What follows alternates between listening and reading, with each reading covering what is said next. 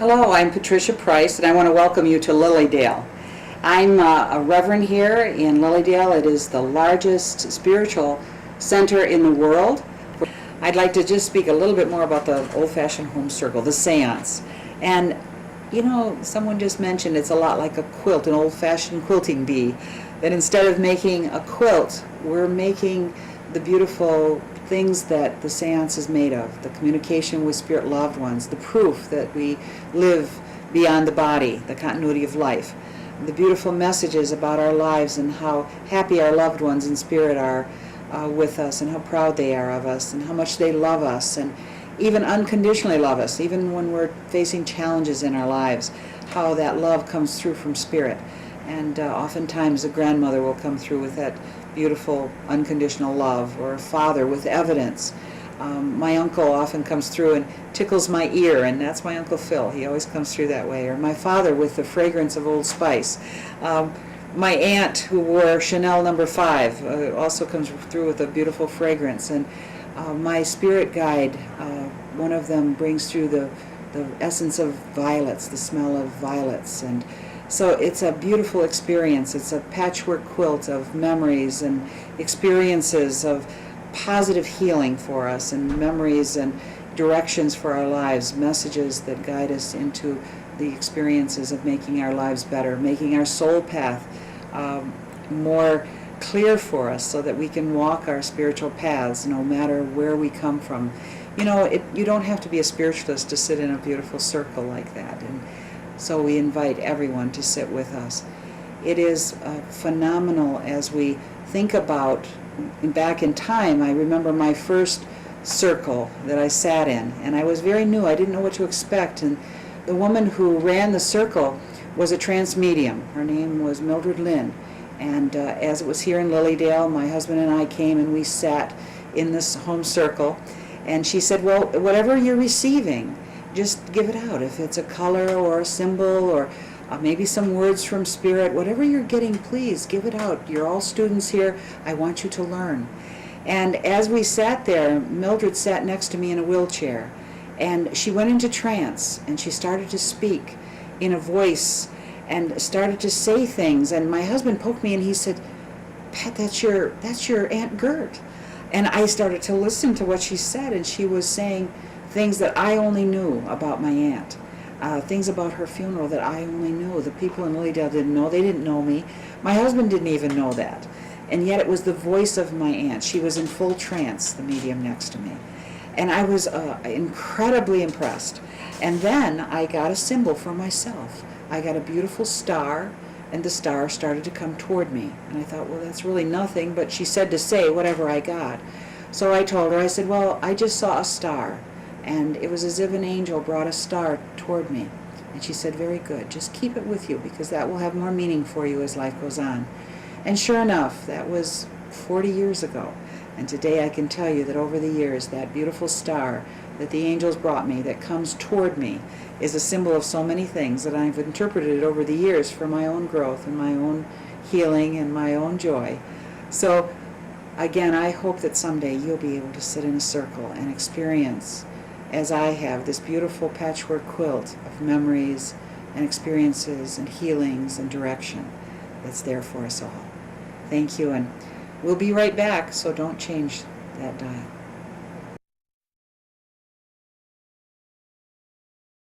Hi, my name is Shelley Takei, and I am pleased to introduce to you an instrument that I think is the best psychological assessment and the most reliable psychological assessment that exists today.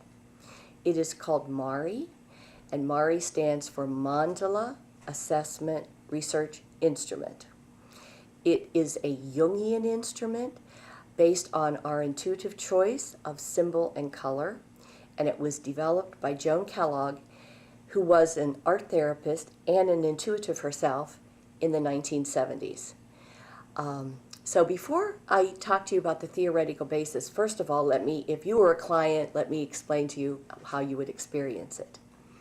There are 39 symbols on the MARI that are laid out on a white background so that a person can see through them and see the symbols clearly. and the subject is asked to be drawn to 6 symbols they like or symbols that they are most attracted to. After they've done that, they're asked to choose 1 symbol they don't like or that they are least attracted to. And then the last thing is, I always say to people, think of an issue in your life that you would like to have guidance on. And they're going, in the Mari, you can literally get your own guidance. So they don't even have to tell me their issue. I say, think of an issue in your life that you would like help or guidance on. You're never going to have to share it with me if you don't want to. The important thing about it is to be as clear as possible about the issue. And while you're thinking of that issue, allow your eyes to be drawn to 2 symbols that seem to represent help or guidance. It doesn't have to make sense at all because you're simply choosing symbols. And once they've done that, then we're on to the next step. The symbols are removed, and at that point, I literally spread out color cards, and there are 45 color cards like this. And at that point, they're only working with this. We've narrowed it down. They're working with the 6 they like, the 1 they don't like, and their 2 guidance cards. And so they are asked to look at all the colors and find the color that they feel goes with each symbol they chose. And you can tell they're very much in a therapeutic mode at this point, because they'll pick up colors and they'll think it goes. It might be their favorite color and they think they can use it, but it doesn't go. So what's really happening at that point is the psyche is choosing what it needs to reveal at that point. And I'm always fond of Jung's statement that the psyche will not tolerate self-deception. So Jung talked about consciousness as being comprised of 4 aspects: thinking, feeling, sensing, and intuiting. And because this was such a profound idea for psychology, numerous tools were developed, such as the Myers-Briggs, which allowed you to figure out whether you were an introvert or an extrovert, and it was based on these 4 functions of consciousness. The important thing about Mari is that Mari accesses all 4 functions of consciousness. To compare it to many of the tools that are used in traditional psychology, which is talk therapy, they are mainly accessing the first 2, which is thinking and feeling. In other words, the mental health professional or the helper or the client is talking and feeling, and there's a back and forth with the thinking and feeling aspects. The intuitive aspect really doesn't exist much in traditional psychology, but the intuitive function is activated in the subject's choice when they're choosing their symbols and their colors. It's one of the reasons why we don't want to show the symbols on our website or something like that, so that they can continue to choose intuitively. And the idea there is that our psyche will be drawn to symbols that reflect where we are in this developmental cycle. It is very accurate. I think I've maybe mentioned, but Jung felt that the psyche would not tolerate self-deception. And so that's the main reason why people are drawn to symbols that reflect where they are at any given time. So the intuitive aspect is very important with Mari. It is the sensing function, the last function, however, that I feel is the most important aspect of Mari. The sensing function, for example, are the senses of our eyes. It is the first time that we literally see our psychic content. And what that is doing is registering in the visual cortex. We know that the visual cortex is a master switch in the brain that further activates other parts. So I can imagine, for example, comparing subjects with an fMRI, a functional magnetic imaging resonance machine. And I feel that if you were comparing people doing traditional talk therapy and Mari, the person's brain with Mari would look like fireworks and be lit up all over the place. We cannot underestimate the importance of the sensing function and the visual feedback to the psyche. So, first of all, you have that aspect. But then further, so each First, I would present the 6 to them. Here are the 6 you chose. I would lay it out. I would explain to them what that means. Does that make sense to you? And the Mari is set up so that it's nonverbal, it's non-threatening, and the client is able to maintain a lot of their own autonomy and integrity. Clients always say, I felt like I was in charge of it. The idea that they really don't have to share the issue if they don't want to. When I explain to them what color and stage mean in terms of their choices and their dislike card and even their guidance cards, as I always say to them, I don't have to know what your issue is, as long as the guidance that I'm telling you relative to what you picked makes sense to you. So that client is able to share to the extent that they feel comfortable. Now, if you take this into a therapeutic context, because many people I train are mental health professionals, the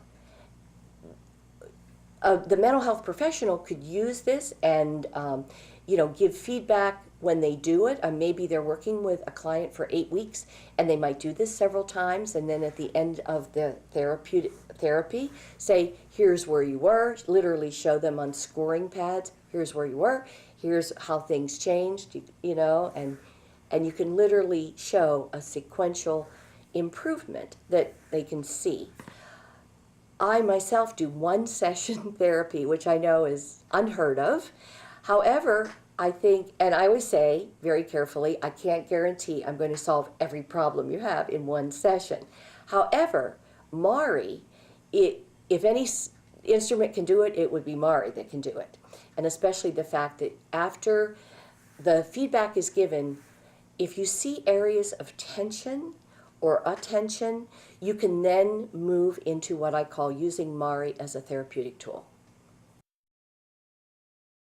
One of the reasons I think Mari works so well is because after the client has seen their psychic contents, what's in the world, what's other than conscious, the issues I'm struggling with, issues that where I appear to shine, and it makes sense to them, we can then take things to the next level if there is a need.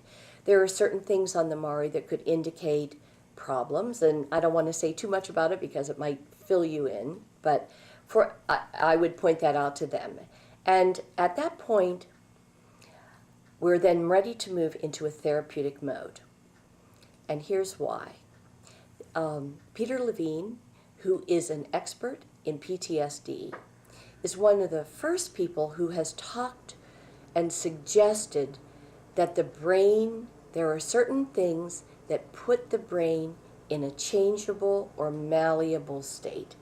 This is new because some of the older ways used to be, okay, we have to go back into the trauma or the issue or the problem, and we have to muck about there and have the client talk about it and experience it again. And Peter Levine's research is showing no, that's not true. That when the brain is in a changeable state, which happens when they see their psychic contents, that people are literally open and receptive to healing. And they do not have to do it by revisiting the issue. They are literally able to heal over here on a metaphorical or symbolic level. So we do that by literally, there are several ways we would use it as a therapeutic tool. And if we had an example of, say, a person who was reflecting, trying to start a new beginning, but there was still old hurt and old pain reflected in their choice of color, I might hand them back the color cards and say, now that you've seen it, perhaps you are in a place where you would like to introduce a new card. And so they look through the color cards, and it's very interesting to watch them therapeutically when they are introducing a new color. So for example, with this card, it's representing kind of heaviness or the possibility of old hurt and old pain around a new beginning. And it might be one of the reasons why a person can sense a new beginning, but why it feels hard to get that new beginning off the ground. So, for example, if I gave them that feedback, and they'd have to agree, I would say, does that make sense? That there is a sense of a new beginning, but there's still old hurt and old pain around that, and that might be why. Does that make sense to you? If they confirm it, then, usually each symbol, when you look at their entire Mari, relates to other things. They might need to end something before they begin something that might be associated, but you need to, a trained Mari therapist is always looking at the entire gestalt of all the cards and how they relate together. But as an example, to come back to this as the example of how it could be used as a therapeutic tool. So they agree, they say, oh yes, and they don't really have to tell me what the old hurt and pain is. I just have to know it makes sense to them. And when they confirm that, then I would suggest I would hand them back all the color cards and talk to them about the impact on the psyche. Now, once you see it, now your brain is in a changeable state to be able to change it. So I would hand them back the color cards and say, see if you can find a color that better reflects where you are now with this issue that you understand, now that you've seen it. And what's surprising is very often a client will pick a color that is perfect. It's a perfect resolution. And at that point, they always think, oh, I can take the old card away. No, that's not what you're doing, because your psyche won't let you. So I ask them to introduce the new color to the extent that their psyche feels comfortable. And when they're doing this, they are very much in a therapeutic mode because it's literally bringing in a new way to look at their issue. So they know exactly how far they can bring in this new way of looking at it. And at that point, I'm literally probably writing down, tell me what the new color represents to you, what does it mean, how is it different now that you've brought a new color in, etc. And that is just one of the ways that you can use Mari as a therapeutic tool. There are numerous levels depending on how many sessions you're going to have and things like that. But Mari practitioners and Mari teachers are all trained to know how to use Mari as a therapeutic tool. And it becomes very, very important, and it's reliable. It's reliable because it's based on intuition, and intuition is our most reliable source. When Joan developed the Mari, actually there's an interesting story about it. Mandalas are therapeutic tools that are used especially by art therapists, and that would be a blank white piece of paper with a pencil drawn circle to delineate a space. And the directions are surprise yourself. So you're given a box of pastels and what color you're drawn to. Your psyche's going to tell you which color to pick up first, where to start in there. And they create essentially a picture with the circle kind of representing the self. Some people choose to go out of the circle. Some people, everybody represents it in different ways. There are many different ways an infinite amount of ways to create a mandala. So according to the story, Joan sat in a gymnasium surrounded by literally thousands of mandalas because she was actually at the University of Maryland. And she had psychiatric clients, and she also had professors and people who were teaching there, so the gamut. And she was saying to herself, I know there is a developmental pattern here somewhere. So it was her brilliance that equated mandalas by looking over a period of years and finding symbols that went with the developmental stages of life. She went way beyond the mandalas that she was looking at, and as she began to develop it, explored other cultures through cultural anthropology, art history, comparative religions, and discovered that universally the human mind associates certain symbols at certain stages of development. For example, I'll give you one example. One of the symbols we have on Mari is a symbol that looks just like a star, but Da Vinci's Vitruvian Man, or it's sometimes called The Man in the Star, most people have seen this, is a perfect example of a stage of full autonomy, of the self in the world that says, here I am. So she started with one symbol at each stage, and over a period of 30 years literally added a second symbol that was researched, and then a third. So the Mari as it exists today is 3 symbols at each of 13 stages. Earlier I talked to you about 39 symbols being laid out. There's 13 developmental stages, 12 that go around like a clock almost, and 1 developmental stage that represents the life force that is in the world but not of the world and informs all the other stages. And so each symbol is a variation of that stage. Okay? One of the reasons I think Mari is such a fabulous instrument is because it is accessing the whole brain, not just the left brain, which is logical and linear and cognitive and figures things out, but the right brain that is intuitive and inspired and creative. And so the Mari is accessing, it's a whole brain instrument, unlike most instruments that exist today. So a person who gets trained on the Mari takes level 1, where they're introduced to the developmental stages and the symbols and a little bit in general about color.